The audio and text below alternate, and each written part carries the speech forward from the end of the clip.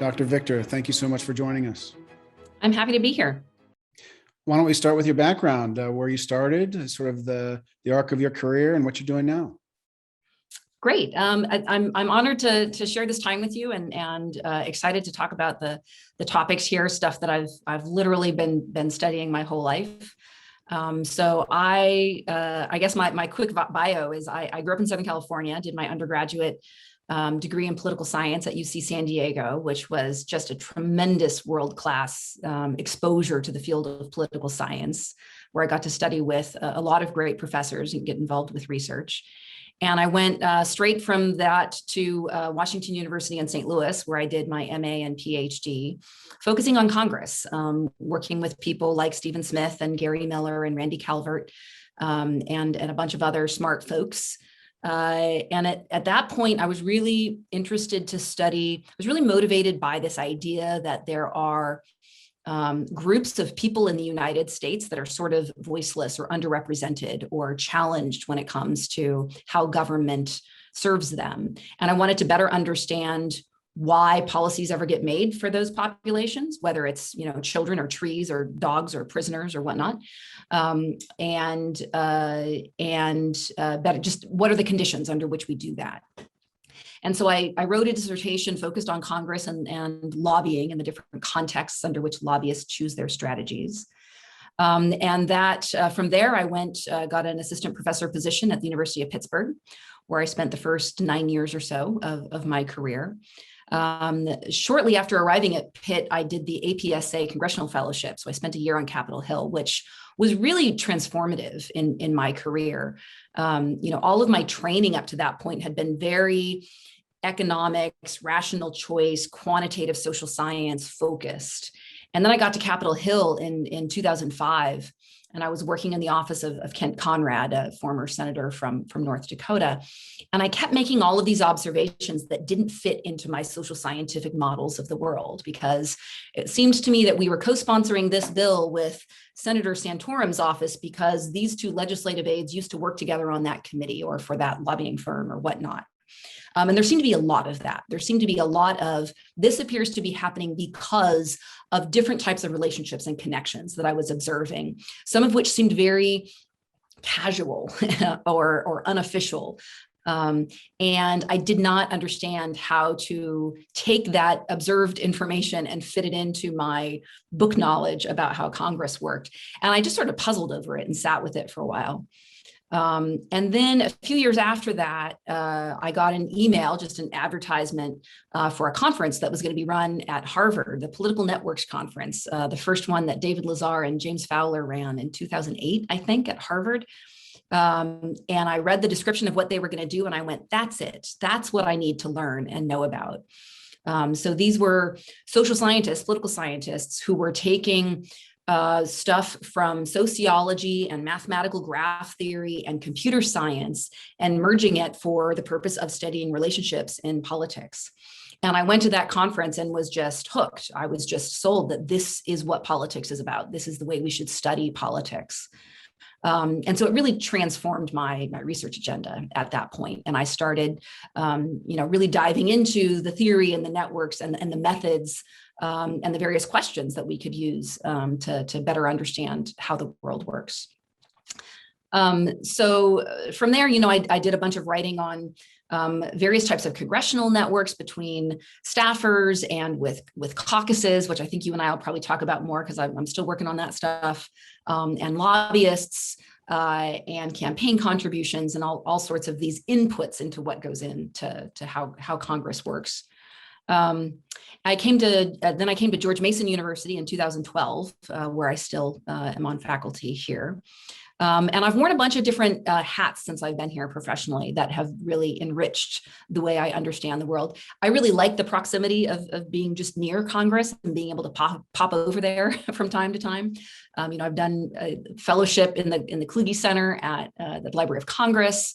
I've got, I serve on the board of directors for the Center for Responsive Politics, which most people know better as Open Secrets, which is a nonprofit, nonpartisan campaign finance organization.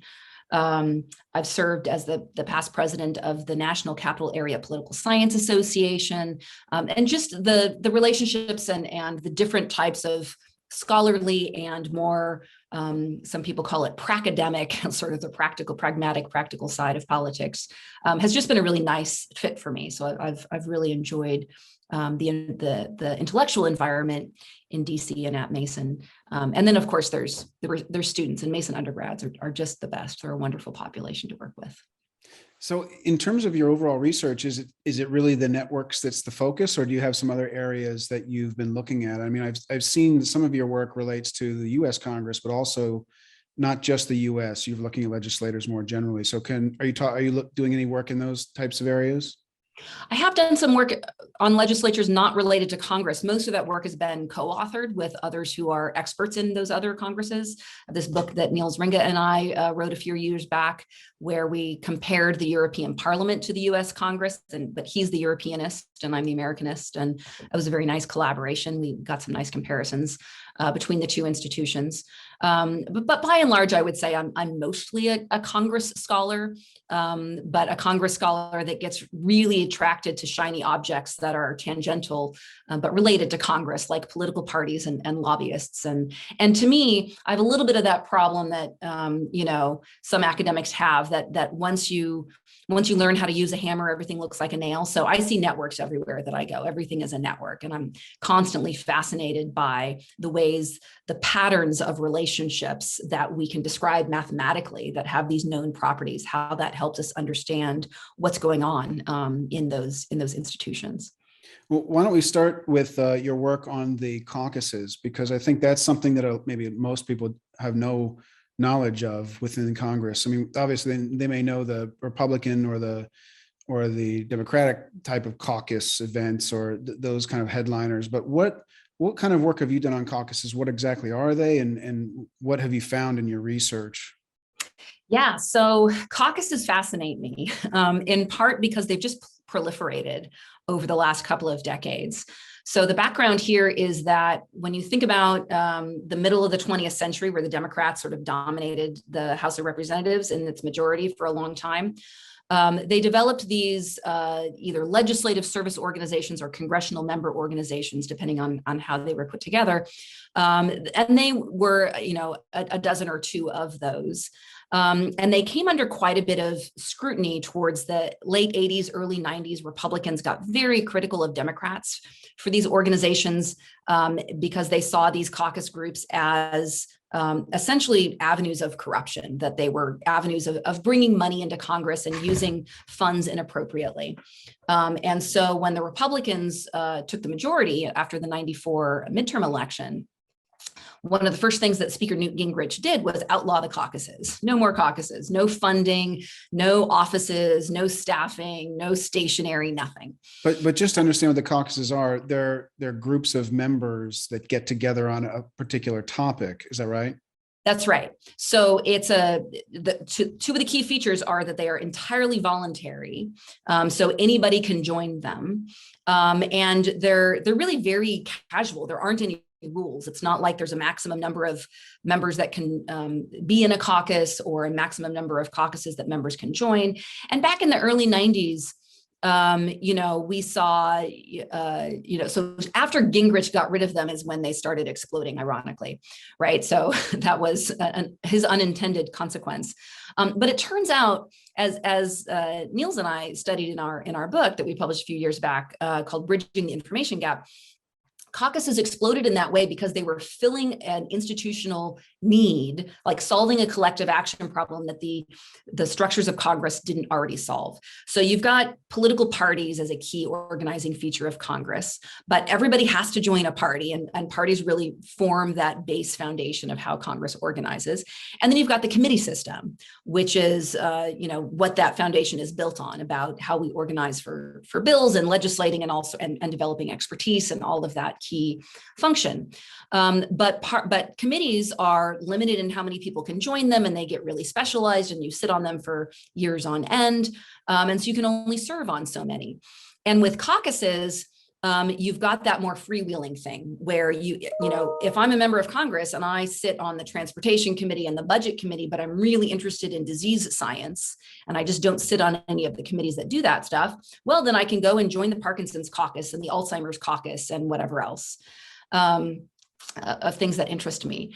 And so caucuses become this way for members of Congress to engage in that sort of expressive, some might call it symbolic or performative, expression of what topics interest them or what their constituencies want them to be, active on. And surely, I mean, absolutely, a lot of what goes on in caucuses is symbolic or performative. It's cheap talk, as a lot of Congress scholars would call it. But I think it's also the case that because it's cheap talk and it's a very low cost activity to participate in, it creates what network scholars call weak ties. Right. So if you and I are members of Congress and we're both in the biking caucus, so the bike caucus is pretty big. It's one of the fun ones. And Earl Blumenauer is the big champion of the bike caucus. And he runs around Congress with his little bicycle emblem on his lapel all the time. And he gives them out to whoever will take them. And he's adorable, and his staff are just great with the way they talk about, because everything is biking to them. So it's a fun group, and they're robust and they've got a lot of members. But to them, it's an avenue to make relationships with other members of Congress. It's an avenue to talk about pollution and transportation and federal taxation and all sorts of issues that you don't think of as bicycles. But it becomes this frivolity that turns into a way to sort of channel real policy discussion. And not all caucuses are like that. Some of them there's a beer wholesalers caucus, and, some of them are pretty obscure. There's an Ethiopian Jewry caucus. I cannot tell you that most of these are like serious organizations. Some of them probably only exist on paper or are just a listserv. But by and large, almost all the caucuses, it's something like, there's probably, I don't have a count for the current Congress, but the last count I did was of 115th Congress, and there were more than 700 caucuses that were organized in that Congress. So the number of caucuses has just been growing since the early 90s. It's like this linear trend over time. And so we're just adding more and more caucuses. And most of them, the vast majority of them, are truly bipartisan. They have Republicans and Democrats engaged in them. So the fact that they are these voluntary weak tie organizations from a network perspective is sort of normatively good, because weak ties is where we can expect some exposure to other to come along in ways that may benefit decision making. And so I'm really interested in how the properties of the network of shared caucus memberships differs from, say, the network of shared committee memberships or shared co-sponsorships, because I think these networks have very different properties that we can predict and then study and help use that to help us leverage and understand the conditions for, particularly for cross-partisan cooperation in Congress. So what's the data like for these caucuses? I mean, do you know, for instance, how much time any individual member spends in any individual caucus, or is there, and also on the power question, like, is whoever sets up the caucus the chairman of the caucus? Do they get any kind of official title out of it? So the way that I collect the data is typically from the Congressional Yellow Book, which is just one of these DC publications that's like a phone book, and each member has a little bio page in there. And one of the things they list in the bio are the caucuses that they are a member of. And so we just go through by hand and code. So there's no central database of caucus, or of who's in which caucus. The House Committee on Administration does technically keep a registration of caucuses. And if you are a caucus, you're supposed to register with the House Administration Committee, but you're not required to register, and there's no consequences for not registering. So I find that upwards of 50% of caucuses, in fact, are not registered. And then the Committee on Administration doesn't keep membership lists. They just keep chairs and co-chairs. if like there's officers of the caucus. So the only way to get the membership data is to go through these bios. That's the only systematic way that I've discovered. Some of the more well-organized, well-known caucuses, like the Congressional Black Caucus or the Blue Dogs or the Fire Services Caucus, some of these big groups that have been around for a long time, they get in the paper every once in a while. They have websites and they list their members on there. But that's not the majority of caucuses. Most of them are these small fry groups that are really just a listserv. But I want to know who the small fry groups are, because that's where those weak tie connections are coming from that I think can be so valuable. Members who are chairs of caucuses do hype that up. They'll promote that on their websites and put that as one of their sort of titles that they use. Because it shows some leadership on the issue. And to be a chair of a caucus, you do have to be a little bit more engaged, a little bit more active to some extent. Even if your group doesn't ever hold any meetings, the longer answer to your question is the only way to get true information about how active caucuses are, or how much time, as you said, members spend in these groups would be to go around and interview everybody about it. And I've done some of that, but it's really hard to collect that information in a holistic way. So mostly what I've got is sort of this metadata where I look at these network properties based on co-memberships. Right. And is there any correlation between, who's in what caucus versus what committees versus, the states they're coming from, et cetera? What are the correlations between their memberships? A little bit. It seems to me that within the last, I don't have maybe 10 years, over the last 5 Congresses or so, even though the number of caucuses is still growing, I think Congress has actually reached a saturation point. Whatever benefit that members of Congress were getting from being in caucuses was maxed out probably a decade ago. But I think that people are still creating and joining caucuses largely because the lobbying community demands it. Lobbyists have figured out that caucuses are a goldmine for them because it gives them this ready-made set of legislators who have voluntarily indicated that they care about juvenile diabetes or, railroad engineering or light rail transit or whatever it is. And that's really useful for a lobbyist to know who their community is. In ways that is more beneficial in some ways than parties and committees.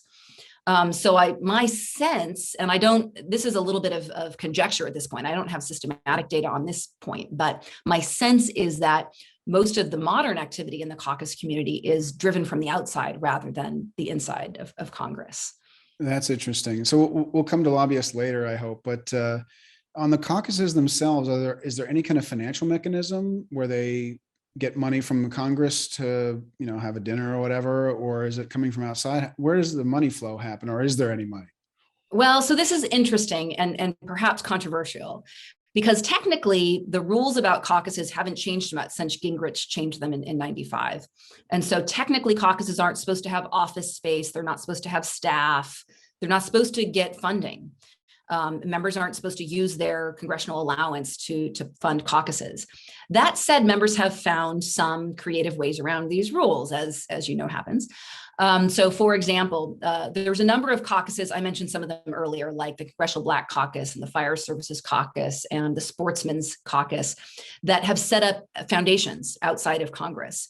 And the foundation's job is basically to fundraise on behalf of the caucus and then run events and activities and programming and whatnot related to the caucus.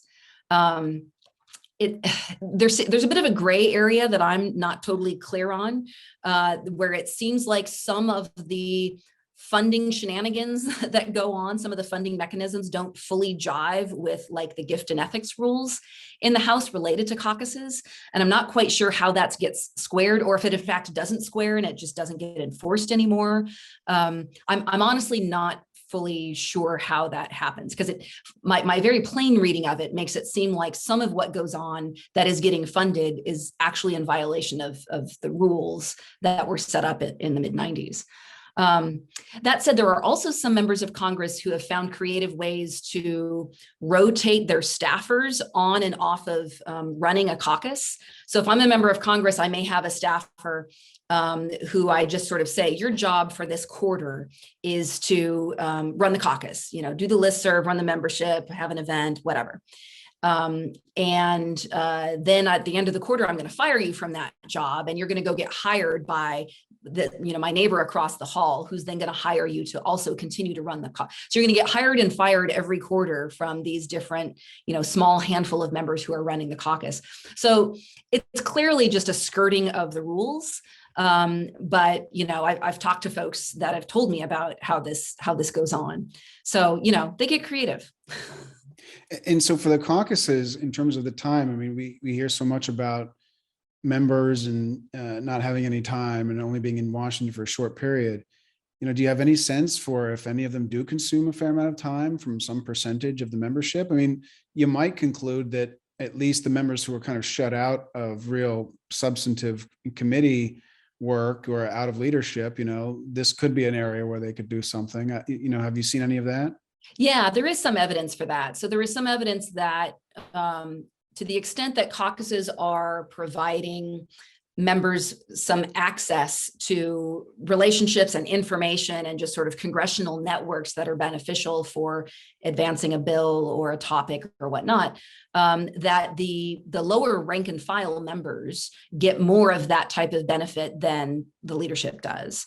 So we certainly see the members who haven't been in Congress very long may decide to invest in a couple of caucuses as a way of developing expertise on a topic that they want to be invested in, but maybe they didn't get the committee assignment for.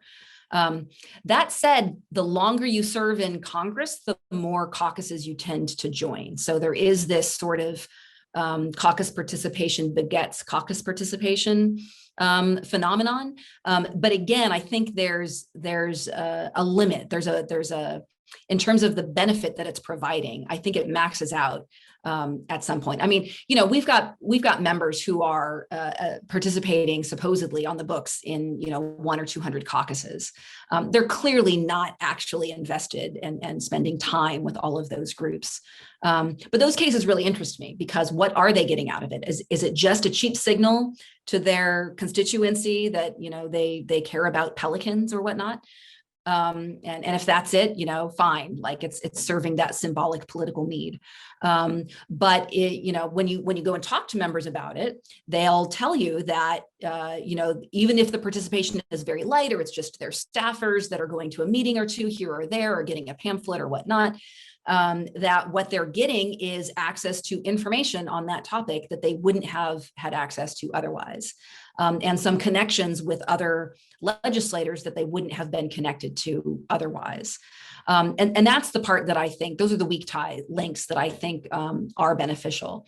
And so the work that I've done shows that members who are more central in that co-membership network of caucuses are actually more productive legislators. They actually have a higher legislative effectiveness score. Relative to those that are less connected. It's a small uptick. We're talking about substantive effects that are relatively small, but still real, still there. Yeah, I mean, that was going to be my next question. If there's any relationship between the caucuses and legislation, does the caucus ever kind of produce legislation through one of its members, or does it have an impact on any legislator's effectiveness? Sounds like there's some suggestion that it might have. If I join lots of caucuses, then I have a higher likelihood of being good at passing legislation.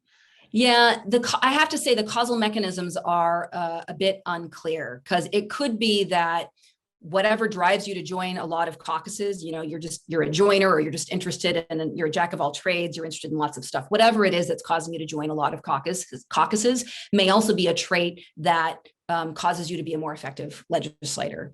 And so like, I can show that the correlation is there. These things happen they co-occur, but it's not necessarily, I mean, there is some evidence, but I'm a little bit hesitant to say, because there's so much causal complexity in these questions. There is some evidence to suggest that there's a small causal relationship between caucuses and sort of normatively desirable legislative behavior. But to the extent that it's there, it's relatively small. But I've seen the effect in both legislative effectiveness, but also co-voting. So a lot of my more recent research is looking at Republican and Democratic pairs. So I'm really interested in polarization and cross-partisan relationships. So I also have research that shows that the more connected opposite party legislators are through caucuses, the more likely they are to vote the same way, either yay or nay on bills. Again, substantive effects are small, but relative to those who are less connected in caucuses, they're still getting a little bit more of that bipartisan kind of benefit out of it. Interestingly, though, to your other question about do these caucuses ever advocate for bills themselves? Actually not. And in fact, in some ways, they're very reluctant to get involved with legislation. And this is another feature of caucuses that I find really fascinating, because many of them will have a Republican and a Democratic co-chair. And if for whatever reason, because of a retirement or a change of interest or whatnot, one of those co-chairs steps down as co-chair, the caucus will often sit idle until they can gain another of that, of whoever, whether it was the Democrat or the Republican that left, until they have the Republican and Democratic leadership, because they do not want to appear to be a partisan group. They hold the bipartisan nature, especially of these policy-oriented or topic-oriented caucuses. They hold the bipartisan nature of those groups as one of its key attributes and its key selling points. So, for example, if there's a bill coming to the floor on, I don't know, stem cell research, you might think that a group like the Alzheimer's or Parkinson's caucus, the disease caucuses are actually really big. So the Alzheimer's or the Parkinson's caucuses are quite active, really big groups. You might think, this is going to be a bill they really care about. They're probably going to take a stand and advocate one way or the other. Well, it turns out exactly the opposite is true. They're less likely to get involved in that legislation because it would cause a partisan rift among their membership. And they value the relationship and the sort of institution of the caucus over any sort of legislation advantage that it might provide them in advocating for or defeating a bill. What about the difference between men and women as members on the caucuses? I remember Volden Weissman's data shows, I think, that women are more effective legislators when they're in the minority than men are. Otherwise, it doesn't make a difference. Do you see any difference in activity in caucus behavior between, male or female members? I haven't seen much of a difference on gender or race, but I do actually see a difference on party. So it turns out Democrats are joiners more than Republicans are. And I don't really have an operating theory for why that is the case. But the growth in memberships and the trends in memberships seems impervious to which party has the majority in the House. So it doesn't really matter which party is in charge. The caucus network is still growing at the same rate, which to me is consistent with the idea that it's really being driven by the lobbyists and the outside forces of Congress rather than members or staff themselves. And so is this primarily a House phenomenon, or is this same kind of thing happen in the Senate? It is primarily a House phenomenon. There's a whole lot of uncertainty. The Senate's more secretive about everything that it does. There are some caucuses in the Senate, and there is a little bit of information out there on them, but not nearly as systematic as we can get in the House side.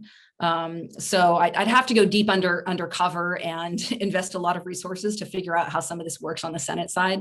And I just haven't invested that. So really all of my study has been on the House side.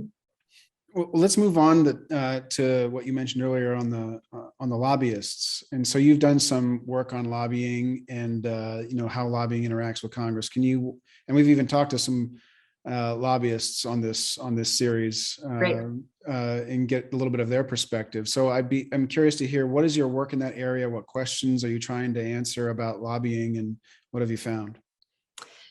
So lobbying really interests me in part because I think it's one of those areas of government that's really misunderstood. And it's the way that it's perceived by the public is very mismatched with how academics understand the role of lobbyists in lawmaking.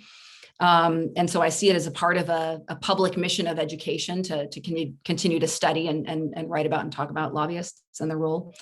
But I think it's really complicated because, members of Congress, and I think you're going to come to this lately, but they're strapped.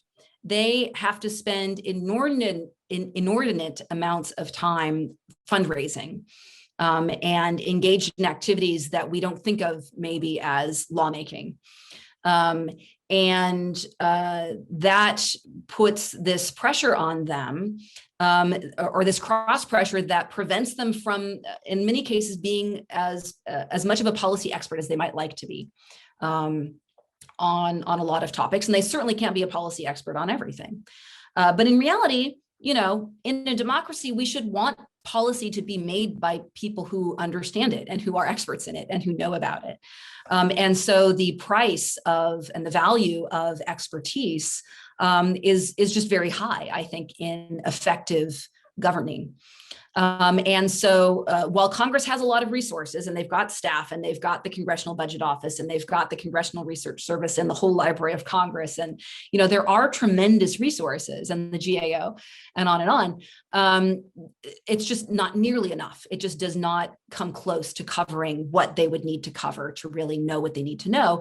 And the place where that gap gets filled in, kind of in a market sense, is from lobbyists, is from people who are either it's their sole job or they're hired as consultants, or it's the people who are actually on the ground engaged in whatever the policy area is, who come in and advocate for what they want government to be.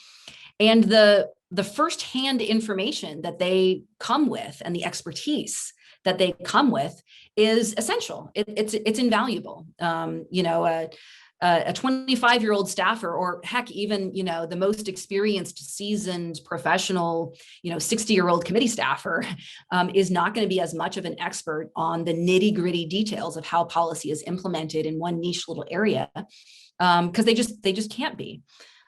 So lobbyists play a really essential role in a functioning democracy for being the warehouse and the keepers of knowledge and of expertise about how policy works. And so I feel like there's an important good news story about the role that lobbyists and advocates play in our government that doesn't get told enough. And so I'm a fan of trying to break those myths. At the same time, it's not all good news. At the same time, I think we have a very complicated relationship in our very market-driven democracy with lobbyists, because of course it comes back to the classic Schneider kind of perspective, where yes, there's a lot of representation that's happening through lobbying, but it is not across the board representation. It's representation of those who have the easiest time solving their collective action problems and garnering resources and putting investments into telling government what it is they want government to be doing. And that leaves out a whole swath of the population and really important things that government can be and should be doing that aren't getting that extra bit of representation through lobbying because they just aren't as resourced and they can't organize as easily. So it's a good news, bad news thing. Like I think it's absolutely the case that we are better off in a democracy with lobbying. And I mean, you'd have to cut off free speech, right, to try to get rid of lobbying. Like you can't have a democracy and not have lobbying. It's essential for its freedoms. It's essential for the representation and the expertise that it provides.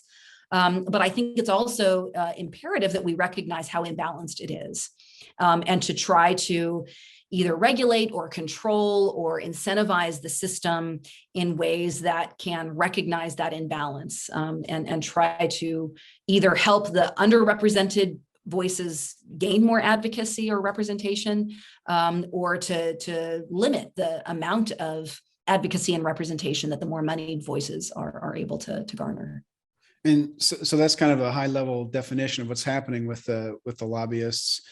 What is your research on? And have you, is it related to these networks and how they get networks in Congress, or how they create relationships among different congressmen? Can you talk through some of the things you found that maybe not everybody knows about what happens with lobbying?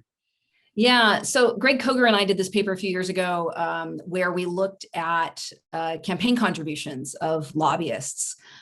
So, I mean, lobbying comes in a lot of different forms. So, if I'm AT&T or Google or whatever, I have in-house lobbyists that I hire that just represent my company. And then there's lobbying firms that get hired as clients from other corporations or whatnot. And then there's sort of the freelance lobbyist. So it comes in lots of different forms. And so what we did was we looked at individual lobbyists. So regardless of whether you're just hanging out your own shingle or you're an in-house lobbyist for a company or you work for a lobbying firm, anybody who just as a profession identifies as lobbyist, we went and pulled the campaign finance contribution records of people who use that professional title. Or the titles similar to them. And we were curious, right? Because in the literature, if we look at the campaign finance literature for a lot of what relates to advocacy, most corporations are giving in a bipartisan fashion. Most of the big corporations that you're thinking of that are engaged in lobbying and campaign finance often don't care who wins. They just care that they have a foot in the door with whoever does win. And so you'll see the big corporations giving to Republicans and Democrats and more to incumbents than to challengers and all of that sort of thing. And so we wondered if we would see the same thing among individual lobbyists. And it turns out we don't. It turns out individual lobbyists behave like partisans, and with some variance, but by and large, they identify as Republican or Democrat and tend to use their campaign donations in a way that's different than their lobbying relationships. And so the incongruence there between the relationships that they develop as a lobbyist and the way they engage in their campaign contributions is still a bit of a puzzle. That's still pretty interesting to me. Because I think of campaign contributions as just another means of developing relationships in Washington. Relationships is what makes things operate, what makes things tick in DC. And if you're looking at who the people on your team are, whoever your allies are, one way to make sure that you're expressing, unity with your allies is to give them campaign contributions. So I see it as just another mechanism for creating and maintaining the types of ties that people want to have in their political relationships.